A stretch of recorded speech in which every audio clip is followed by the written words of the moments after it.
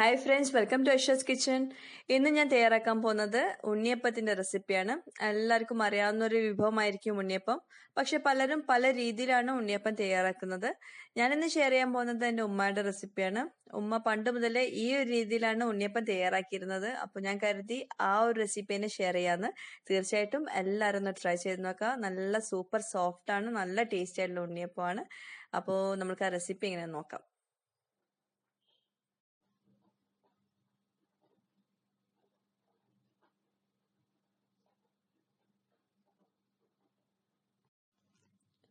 അപ്പോൾ ഇതൊക്കെയാണ് നമുക്ക് ഉണ്ണിയപ്പം തയ്യാറാക്കാൻ വേണ്ടി ആവശ്യമുള്ള ചേരുവകൾ. ഇതിലേക്ക് മെയിൻ ആയിട്ട് വേണ്ടത് മൈദ തന്നെയാണ്. മൈദ ഞാൻ 300 ഗ്രാമോളം എടുത്തിട്ടുണ്ട്. അതുപോലെ നന്നായിട്ട് അരിപ്പയിലൂടെ അരിച്ചിട്ട് വേണം നമുക്കിത് ആഡ് ചെയ്ത് കൊടുക്കാൻ. ഇതിപ്പോൾ നന്നായിട്ട് അരിപ്പയിലൂടെ അരിച്ചു വെച്ചതാണ്. ഈ 300 ഗ്രാം മൈദയിലേക്ക് നമ്മൾക്ക് 250 ഗ്രാം റവ മതി. അതൊന്ന് പ്രത്യേകം ശ്രദ്ധിക്കുക കേട്ടോ. ഒരേ അളവിൽ എടുക്കേണ്ട ആവശ്യമില്ല. നല്ല ഫൈൻ ആയിട്ടുള്ള റവ തന്നെ എടുക്കാൻ ശ്രദ്ധിക്കുക. പിന്നെ നമുക്ക് വേണ്ടത് നന്നായിട്ട് പഴുത്ത ചെറുപഴമാണ്. ചെറുപഴം 4 എണ്ണമാണ് ഞാൻ ഇതിലേക്ക് എടുത്തിട്ടുള്ളത്. പിന്നെ ഈ ഒരു റെസിപ്പിയിൽ ഞാൻ മുട്ട ചേർക്കുന്നുണ്ട്. 4 മുട്ട എടുത്തിട്ടുണ്ട് ഇതിലേക്ക്. ചില റെസിപ്പിയിൽ, അതായത് ഉണ്ണിയപ്പത്തിന്റെ റെസിപ്പിയിൽ മുട്ട ചേർക്കാറില്ല, പക്ഷെ ഇതിലേക്ക് മുട്ട ആവശ്യമുണ്ട് കേട്ടോ. അതുപോലെ മധുരത്തിനായിട്ട് നമ്മൾ ശർക്കര ഉരുക്കിയതാണ് ചേർക്കുന്നത്. ഇത് 2 കപ്പ് ശർക്കര ഉരുക്കിയത് നമുക്ക് ഇതിലേക്ക് ആവശ്യമുണ്ട്. അതായത് 2 കപ്പ് ശർക്കര 1 കപ്പ് വെള്ളത്തിൽ ഉരുക്കിയെടുക്കുക. എന്നിട്ടൊന്ന് അരിപ്പയിലൂടെ അരിച്ചിട്ട് വേണം നമ്മളിത് ബൗളിലേക്ക് മാറ്റാൻ. പിന്നെ ഇതിലേക്ക് നമുക്ക് നല്ല കട്ടിയുള്ള തേങ്ങാപ്പാൽ വേണം. അതൊരു 1/2 കപ്പ് ആവശ്യമുണ്ട് ഇതിലേക്ക്. പിന്നെ അതുപോലെ അല്പം തേങ്ങാക്കൊത്ത് നന്നായിട്ട് വറുത്തെടുത്തതും ഇതിലേക്ക് ആവശ്യമുണ്ട്. കരിഞ്ജീരകം, എള്ള്, ഇതെല്ലാം നമുക്ക് ഉണ്ണിയപ്പത്തിലേക്ക് മസ്റ്റായിട്ടും ചേർക്കാനുള്ളതാണ്. പക്ഷേ മക്കൾക്ക് ഇതൊന്നും ഇഷ്ടമില്ലാത്തതുകൊണ്ട് ഞാൻ ഒന്നും ചേർക്കുന്നില്ല കേട്ടോ. തേങ്ങാക്കൊത്ത് മാത്രമേ ചേർക്കുന്നുള്ളൂ. അപ്പോൾ ആദ്യം നമുക്ക് മുട്ടയും പഴം കൂടി നന്നായിട്ടൊന്ന് അരച്ചെടുക്കാം. പഴം ചേർക്കുന്ന സമയത്ത് പഴം വേണമെങ്കിൽ ചെറിയ പീസാക്കിയിട്ട് കട്ട് ചെയ്തിട്ട് ചേർത്ത് കൊടുക്കാം. അങ്ങനെ വരുമ്പോൾ നന്നായിട്ട് അരഞ്ഞു കിട്ടും. അപ്പൊ നല്ല സ്മൂത്ത് ആയിട്ട് അരച്ചെടുത്തിട്ടുണ്ട്. നമുക്കിതൊരു ബൗളിലേക്ക് മാറ്റാം. പിന്നെ നമുക്കിത് അല്പം നേരം അവിടെ മാറ്റി വെക്കാം കേട്ടോ. കാരണം നമ്മൾ ബാക്കിയെല്ലാ ചേരുവകളും കൂടി മിക്സ് ചെയ്തിട്ട് വേണം നമുക്കിത് ലാസ്റ്റ് ആണ് ആഡ് ചെയ്ത് കൊടുക്കാനുള്ളത്, ഈ ഒരു മിക്സ്ചർ. അപ്പൊ നമുക്ക് അല്പം നേരം ഇത് മാറ്റി വെക്കാം. ഇനി നമുക്ക് ഉണ്ണിയപ്പത്തിന്റെ മാവ് എങ്ങനെ തയ്യാറാക്കുന്നത് നോക്കാം. അപ്പൊ അതിന് വേണ്ടി ഒരു വലിയൊരു ബൗൾ എടുത്തിട്ട് അതിലേക്ക് നമുക്ക് റവ ചേർത്ത് കൊടുക്കാം. ഇനി ഇതിലേക്ക് ശർക്കര ഉരുക്കി വെച്ചത് അല്പം അല്പമായി ചേർത്ത് കൊടുത്തിട്ട് നന്നായിട്ടൊന്ന് മിക്സ് ചെയ്ത് കൊടുക്കണം.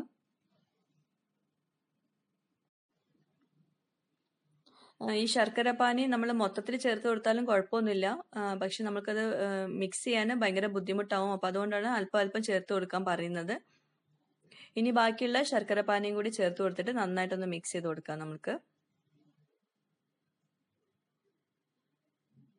പിന്നെ ഈ ഒരു അളവില് 2 കപ്പ് ശർക്കര പാനി നല്ല കറക്റ്റ് ആണ്. അധികം മധുരം ഉണ്ടാവില്ല. നല്ല പാകത്തിലുള്ള മധുരം ആയിരിക്കും ഉണ്ണിയപ്പത്തിന്. ഇനി അഥവാ നിങ്ങൾക്ക് ഒരുപാട് മധുരം ആവശ്യമുണ്ടെന്ന് തോന്നുവാണെങ്കിൽ അല്പം കൂടി ശർക്കര പാനി ലാസ്റ്റ് ആഡ് ചെയ്ത് കൊടുക്കാം കേട്ടോ. പഴത്തിന്റെ മധുരമൊക്കെ വരാനുണ്ട്. അപ്പൊ അതുകൊണ്ട് കൂടുതൽ മധുരമായ ഉണ്ണിയപ്പം ടേസ്റ്റ് ഉണ്ടാവില്ല. അപ്പോൾ ശർക്കര നന്നായിട്ട് നമ്മൾ മിക്സ് ചെയ്തിട്ടുണ്ട്, ശർക്കരയും റവയും കൂടി. ഇനി നമുക്ക് ഇതിലേക്ക് ചേർക്കാനുള്ളത് മൈദയാണ്. മൈദ ഇതേപോലെ അല്പം അല്പമായിട്ട് ചേർത്ത് കൊടുക്കുക. ഇങ്ങനെ കുറേശ്ശെ ചേർത്ത് കൊടുക്കുമ്പോൾ നമുക്ക് നല്ല രീതിയിൽ അത് മിക്സ് ചെയ്യാൻ പറ്റും. അപ്പൊ അതുകൊണ്ടാണ് ഇങ്ങനെ കുറേശ്ശെ ചേർത്ത് കൊടുക്കാൻ പറയുന്നത്. വേണമെങ്കിൽ ഇതെല്ലാം കൂടി ഒരുമിച്ച് ചേർത്തിട്ട് അതിൽ ശർക്കര പാനി ചേർത്ത് കൊടുത്തിട്ട് നന്നായിട്ട് മിക്സ് ചെയ്ത് കൊടുത്താലും മതി. അപ്പൊ ബാക്കിയുള്ള മൈദയും കൂടി ചേർത്തിട്ട് നന്നായിട്ട് മിക്സ് ചെയ്തെടുക്കാം. അപ്പൊ നല്ല കട്ടിയുള്ള ഒരു മാവിന്റെ പരുവത്തിലായി വന്നിട്ടുണ്ട് നമ്മളുടെ ഇപ്പൊ ഉണ്ണിയപ്പത്തിന്റെ മാവ്. ഇനി ഇതിലേക്ക് നമ്മൾക്ക് നേരത്തെ നമ്മൾ റെഡിയാക്കി വെച്ചിട്ടുള്ള മുട്ടയും പഴം കൂടിയുള്ള മിക്സ്ചർ ഉണ്ടല്ലോ, അത് ഇതിലേക്ക് ചേർത്ത് കൊടുക്കാം. നമ്മൾക്കൊരു ഇഡ്ഡലി മാവിന്റെ പരുവത്തിലാണ് നമുക്ക് ഈ ഉണ്ണിയപ്പത്തിന്റെ ബാറ്റർ വരേണ്ടത്. അപ്പൊ അതുകൊണ്ട് ആ ഒരു പരുവത്തിലായി കിട്ടാൻ വേണ്ടിയിട്ട് നന്നായിട്ടൊന്ന് മിക്സ് ചെയ്ത് കൊടുക്കുക.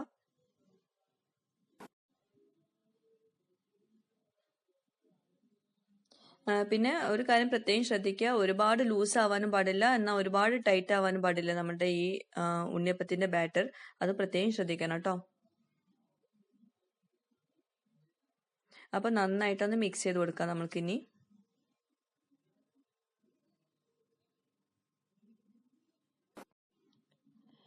പിന്നെ അതുപോലെ ഉണ്ണിയപ്പത്തിന് കൂടുതൽ സ്വാദ് കിട്ടാൻ വേണ്ടിയിട്ട് ചെറിയ ടിപ്പ് ഞാൻ പറഞ്ഞുതരാം. എല്ലാവർക്കും അറിയാമായിരിക്കും, എന്നാൽ ഒന്നുകൂടെ പറയാം.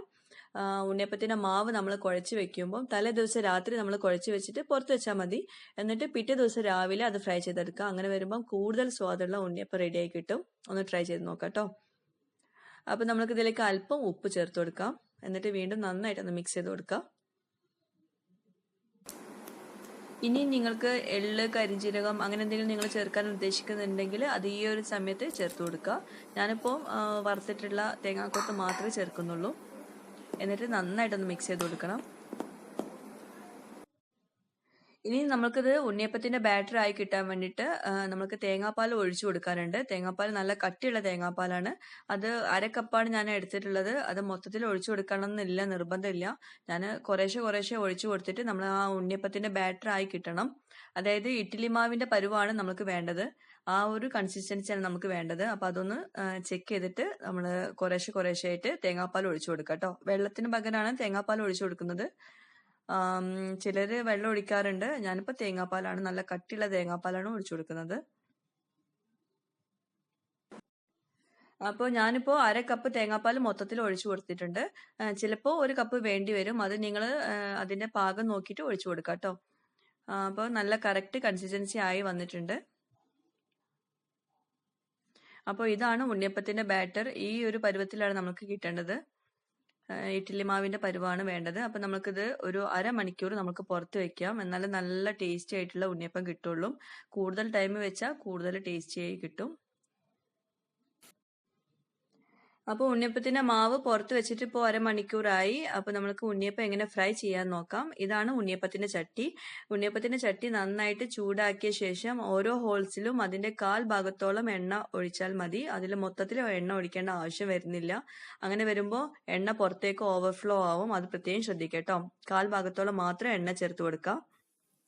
പിന്നെ നമ്മൾ ശ്രദ്ധിക്കേണ്ട വേറൊരു കാര്യമാണ്, നല്ലോണം എണ്ണ ചൂടായ ശേഷം ഫ്ലെയിം ഒന്ന് കുറച്ച് വെക്കണം. എന്നിട്ട് മാത്രമേ നമ്മൾ ഇതിലേക്ക് മാവ് ഒഴിച്ചു കൊടുക്കാവൂ.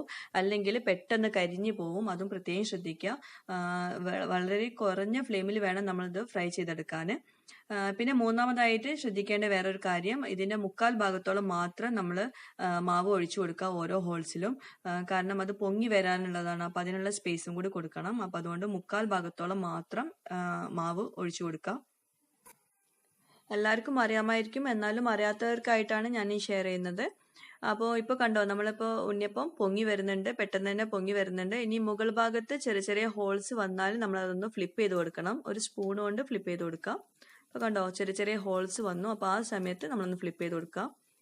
പ്രത്യേകം ശ്രദ്ധിക്കാനുള്ള ഒരു കാര്യമാണ്, വളരെ കുറഞ്ഞ ഫ്ലെയിമിൽ വേണം നമ്മളിത് ഫ്രൈ ചെയ്തെടുക്കാൻ. പെട്ടെന്ന് അടിഭാഗം കരിഞ്ഞു പോകും. അത് പ്രത്യേകം ശ്രദ്ധിക്കണം.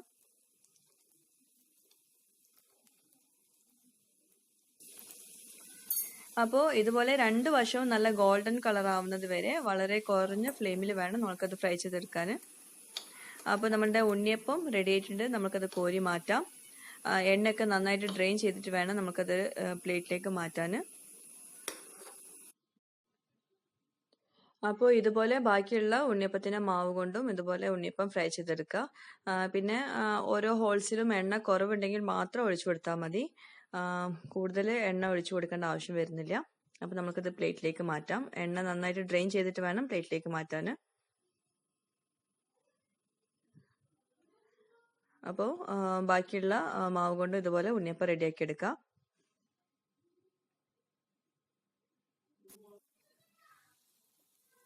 പിന്നെ രണ്ടാമത്തെ ബാച്ച് നമ്മൾ തയ്യാറാക്കി എടുക്കുന്നതിന് മുമ്പ് എണ്ണ ഒന്നുകൂടെ ഒന്ന് ചൂടാക്കി എടുക്കുക. എന്നിട്ട് എണ്ണ ചൂടായ ശേഷം കുറഞ്ഞ ഫ്ലെയിമിൽ വെച്ചിട്ട് വേണം ഉണ്ണിയപ്പത്തിന്റെ മാവ് ഒഴിച്ചു കൊടുക്കാൻ.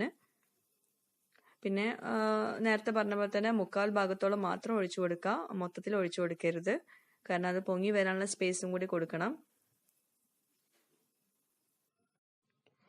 പിന്നെ ഉണ്ണിയപ്പം നമ്മൾ തയ്യാറാക്കുന്ന സമയത്ത് നല്ല രീതിയിൽ തന്നെ തയ്യാറാക്കുവാണെങ്കിൽ നമുക്കിത് ഒരുപാട് ദിവസം കേടുകൂടാതെ നമുക്കിത് കഴിക്കാം. അതായത് നമ്മളത് കുറഞ്ഞ ഫ്ലെയിമിൽ നല്ല ഗോൾഡൻ കളർ ആവുന്നത് വരെ നമ്മൾ കുക്ക് ചെയ്തെടുക്കണം. പിന്നെ അത് 1-2 ദിവസം നമുക്ക് വേണമെങ്കിൽ പുറത്ത് വെച്ചിട്ട് കഴിക്കാം. പിന്നെ നമ്മളത് ഫ്രിഡ്ജിൽ സൂക്ഷിക്കണം. നല്ല എയർ ടൈറ്റ് ആയിട്ടുള്ള കണ്ടെയ്നറിൽ നമ്മൾ ഫ്രിഡ്ജിൽ സൂക്ഷിക്കുവാണെങ്കിൽ നമുക്കത് ഒരുപാട് ദിവസം കേടുകൂടാതെ സൂക്ഷിക്കാം. അപ്പോൾ ഉണ്ണിയപ്പത്തിന്റെ റെസിപ്പി എല്ലാവർക്കും ഇഷ്ടമായെന്ന് വിചാരിക്കുന്നു. നല്ല സൂപ്പർ സോഫ്റ്റ് ആയിട്ടുള്ള ഉണ്ണിയപ്പമാണ്. ഒന്ന് കട്ട് ചെയ്ത് കാണിച്ചു തരാം. നല്ല സോഫ്റ്റ് ആണ്. തീർച്ചയായിട്ടും നിങ്ങൾ എല്ലാവരും ഒന്ന് ട്രൈ ചെയ്ത് നോക്കുക. എന്നിട്ട് നിങ്ങളുടെ ഫീഡ്ബാക്ക്സ് അറിയിക്കാൻ മറക്കരുതേ.